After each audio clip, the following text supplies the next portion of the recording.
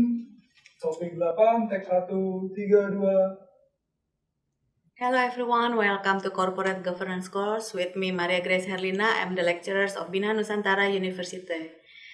Here with me is Sugiarto. He's the senior of Binus Business School and he has completed Corporate Governance course. Can you tell me about yourself, Sugi?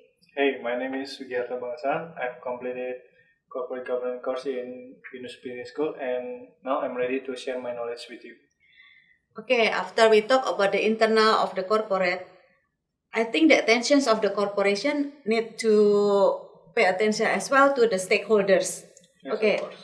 Who are the stakeholders of the corporate? Can you explain it to us? Yeah, first I'm gonna talk about the between stakeholders perspective history. Yeah. Where companies start to pay attention to their stakeholders. So it starts with significant development in 1970s. It's about audit committee to Tarbot and of course corporate responsibility. The 1970s saw a questioning of the role of major corporations in society. The argument were made that public companies have responsibilities beyond their legal prime to duty to their shareholders. It started as a trend that companies not only caring about their shareholder to increase their profit only, but other stakeholders as well, like societies, downstream and upstream supplier, and the other stakeholders that inside their company. Okay. So after that, we're gonna talk in depth about stakeholder perspective. Corporate governance is the process by which corporations are made responsive to the rights and wishes of stakeholders. This is like the stakeholders' definition of corporate governance. Is the process by which corporations are made responsive to the rights and wishes of stakeholders. Corporate governance goal to align as nearly as possible the interests of individual, corporation, and society. The view that companies have responsibilities beyond just obeying the law and paying taxes is stakeholders' perspective. Okay, who are the stakeholders of the company?